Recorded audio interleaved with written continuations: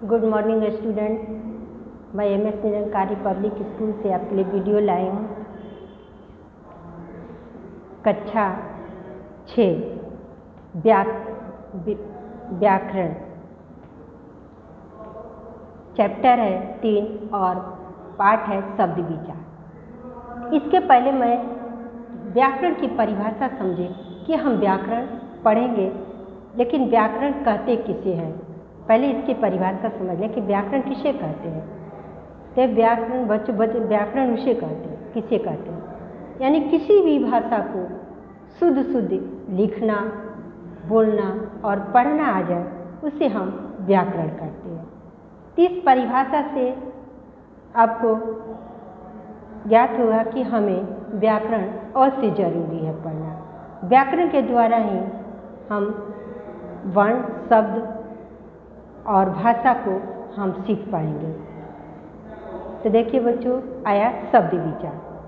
अब आया देखिए, दो या दो से अधिक वर्णों का मेल जिसका अपना निश्चित अर्थ हो उसे शब्द कहते हैं। जैसे तालाब, तालाब, कमल, तालाब, ये है सब। कमल, पेड़, घास आदि शब्दों को भावी सीढ़ी के लिए मौखिक, ये है, इसे कहते हैं शब्द विचार। अब देखिए शब्दों के भेद, शब्दों के कितने भेद होते हैं इसको हमें जानना है। शब्दों के पहला है सार्थक। शब्दों के दो भेद होते हैं। शब्दों के मुख्य रूप से इनके दो भेद होते हैं। पहला है सार्थक शब्द। अब सार्थक शब्द देखिए किसे कहते हैं। किसी भाषा के वे शब्द जिनका एक निश्चित अर्थ होता है उन्हें सार्थक शब्द कहते हैं। जैसे गाय, किताब, मकान, तालाब आदि, ये है सार्थक। सार्थक जैसे मान लीजिए गा, अय्या दोनों मिल गया, ये हो गया गाय, ये सार्थक हो गया, इसको कहते हैं सार्थक शब्द। जैसे देखिए बच्चों, जैसे मान लीजिए ये गा है, अब प्लस य मिल गया, तो क्या हो गया, ये दोनों शब्द वर्ण मिल गया, ये हो गया गाय, इसको कहते हैं हम गाय। तो ये हो गया सार्थक, यानी दोनों मेल हो गया, किसको सार्थक शब्द कहते हैं। अब आया निरर्थक शब्द। सार्थक शब्द बच्चों में बनाने आ गया, समझ गए। अब आया निरर्थक शब्द। निरर्थक शब्द किसे कहते हैं, यानी किसी भाषा के वे शब्द जिनका एक निश्चित अर्थ नहीं होता है। किसी भाषा के एक शब्द जिन्हें इनका कोई निश्चित अर्थ नहीं होता है। जैसे मान लीजिए उन्हें निरर्थक शब्द कहते हैं। जैसे चाय, अब चाय क्या है, सार्थक है। अब चाय को हमने, जैसे मान लीजिए ये चाय हो गया, ये सार्थक हो गया। अगर हम इसको निरर्थक बनाना है तो हम बनाएंगे चाय को, अगर हमें निरर्थक बनाएंगे, जैसे मान लीजिए वाई, ये हो गया वाई, ये चाय, ये वाई क्या हुआ, निरर्थक हुआ, ये निरर्थक हो गया। जैसे खाना, ये खा, अन्ना, खाना दिया है, अब इसको हमने निरर्थक बनाया, किया, वाना हो गया। इस तरह से भी बनता है, वाना भी हो, ये भी बन जाएगा। जैसे मान लीजिए निरर्थक बनाना है तो ये इसका कोई अर्थ नहीं था। अब जैसे मान लीजिए ना, खाना को हमने लिखा ना खा, ये हो गया ना खा, इसका भी कोई अर्थ नहीं बना, तो इसको इसी को कहते हैं निरर्थक शब्द, इसको हम बोलते हैं निरर्थक शब्द। अब क्या तत्सात उत्पत्ति का आधार। अब देखिए तत्सम शब्द। तत्सम शब्द यानी हिंदी भाषा के वे शब्द जो मूल रूप से संस्कृत आए हैं और उसी रूप में हिंदी में प्राय प्रयोग ही हो रहे हैं, उन्हें तत्सम शब्द कहते हैं। जैसे अंधकार, अच्छी, ये तत्सम शब्द, जिसको तत्सम शब्द को ये संस्कृत शब्द होता है। जैसे हुआ अंधकार, अच्छी, अग्नि, अश्रु, अर्ध, आम्र, आलस्य, उज्ज्वल, उल्लक, उलुक, उष्ट, ऊंच, ओष्ट, वर्ण, कपूर। अब यह कुपुत्र, कटु, कर्पूर, ये बच्चों हो गया कर्म, कीट, गर्दभ, घृत आदि। ये हो गया तत्सम शब्द। अब तद्भव शब्द आया, तो तद्भव शब्द हिंदी भाषा के शब्द होते हैं।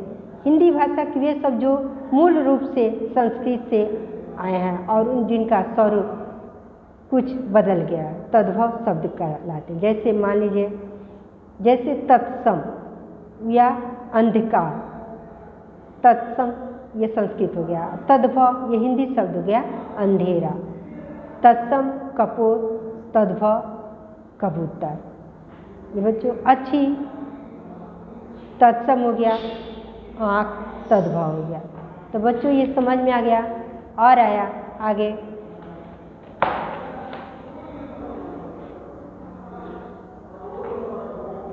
जैसे देखिए ये दिखा है पत्र, ये तत्सम हो गया और असंस्कृत हो गया। पत्ता ये हिंदी भाषा हो गया। इसी तरह तीसरा देखिए देशज।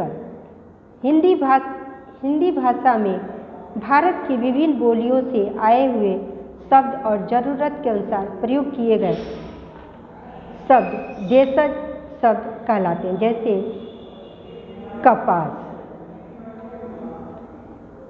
खलबली, घमासान, डिबिया, पापड़, कद्दू, खचाखच, ये क्या हो गया देशज शब्द। और विदेशज, ये देशज शब्द जो होता है यानी जो अपने देश का भाषा बोले तो उसको कहते हैं देशज शब्द। और विदेशज शब्द हिंदी भाषा में जो शब्द विदेशी भाषाओं से आए हैं उन्हें विदेशी शब्द कहते हैं। जैसे भाषा में सबसे अधिक अरबी भाषी और अंग्रेजी भाषाओं से शब्द हैं। जैसे अरबी भाषी, अंग्रेजी भाषा, अंग्रेजी भाषा होता है, अंग्रेजी भाषा जो है विदेशी भाषा है और हिंदी भाषा जो है हम लोग का देसी अपना देश की भाषा है। और अरबी फारसी भाषाओं से आए हुए शब्द हिंदी भाषा में अरबी फारसी भाषाओं से हिंदी में आए हुए कुछ शब्द निम्नवत हैं। जैसे देखिए अल्लाह, अदालत, आवरा, इशारा, यह अल्लाह, अगर, अमी, असर, अदालत, आराम, आमदनी, आईना, आवारा, आफत, आसमान, इरादा, इशारा, ईमान, इस्तीफा, एहसान। बच्चों ये सब है और आदि। अब आया दूसरा अंग्रेजी आदि यूरोपीय भाषाओं से आए हुए शब्द। अंग्रेजी आदि यूरोपीय भाषाओं से हिंदी में आए हुए कुछ शब्द निम्नवत हैं। अपील, अफसर, अंग्रेज, ऑपरेशन। और आल्पिन, आलू, ऑफिस, इंजन आदि। अब आगे देखिए बच्चों, जैसे अब देखिए अब आया ख, देखिए बनाओ रचना के आधार पर रूढ़ शब्द जिन सार्थक शब्दों के टुकड़े नहीं किए जा सकते हैं उन्हें रूढ़ शब्द कहते हैं। जैसे तीर, इसके टुकड़े नहीं किए, चना, हाथ, चिड़िया, मेज, पानी आदि, इसको कहते हैं रूढ़ शब्द। यौगिक शब्द दो या दो से अधिक सार्थक शब्दों के मेल से बने शब्दों को यौगिक शब्द कहते हैं। जैसे डाक प्लस खाना, डाक खाना यौगिक शब्द है। समझिए, डाक प्लस खाना, डाक खाना। अ प्लस मान प्लस ईद, अपमानित हो गया। चिड़िया प्लस घर, चिड़ियाघर। राज प्लस दूत, राजदूत। पाठशाला, पाठ प्लस शाला, पाठशाला। सेना प्लस न सेना, ये हो गया यौगिक शब्द। अब आ गया योग रूढ़ शब्द। देखिए वे यौगिक शब्द जो अपने शाब्दिक अर्थ को छोड़कर किसी विशिष्ट अर्थ का बोध कराते हैं उन्हें योग रूढ़ शब्द कहते हैं। जैसे योग रूढ़ शब्द देखिए चौपाया, शाब्दिक शब्द हो गया चार पैर वाला, योग रूढ़ चौपाया। और शाब्दिक अर्थ हो गया चार पैर वाला। विशेष अर्थ हो गया पशु, यानी पशु ही है, उसको चौपाया यानी चार पैर वाला हो गया। तो उसको विशेष अर्थ पशु। अब आ गया दशानन यानी 10 मुख वाला रावण। पंकज कीचड़ में जन्म लेने वाला कमल। पीताम्बर पीले वस्त्रों वाला कृष्ण। और आया नीलकंठ नीले कंठ वाला शिव शंकर। निशाचर रात में घूमने वाला राक्षस, इसको कहते हैं योग रूढ़ शब्द।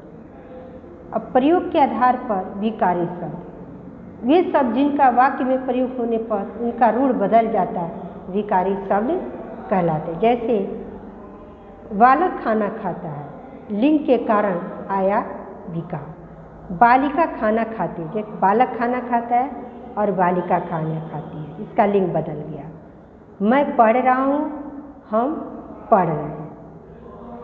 तुम पढ़ते हो, तुमने पढ़ा, तुम पढ़ोगे। देखिए अभी आ गया विकारी शब्द, जैसे लिंग के कारण, वचन का कारण। जैसे मैं पढ़ रहा हूँ, ये वचन के कारण, और तुमने पढ़ा काल के कारण, ये समय का निश्चित है कि तुमने पढ़ा। अब आया विशेष, संज्ञा, सर्वनाम, विशेषण और क्रिया विकारी शब्द होते हैं। अविकारी शब्द ये शब्द जिनका वाक्य में प्रयोग होने पर उनका रूप नहीं बदलता, अविकारी शब्द कहलाते हैं। जैसे वे आज आएंगे, वचन है परिवर्तन, वे आ जाएंगे। तुम आज आएगी, तुम आज खेलते हो, वह कल खेला, ये काल परिवर्तन हो गया, ये समय का परिवर्तन हो गया। मैं कल खेलूँगा। अब देखिए शंकर धीरे धीरे नाच रहा है, ये लिंग का परिवर्तन हो गया। प्रभा धीरे धीरे नाच रही, इसमें लिंग का परिवर्तन हो गया। तो बच्चों ये आ गया। आप व्याकरण की किताब अवश्य ले लें, ताकि किताब रहेगा तो आप लोग घर पर भी ये शब्द बनाइएगा, आपको समझ अवश्य जरूर आएगा। बच्चों किताब अवश्य ले लें। Thank you.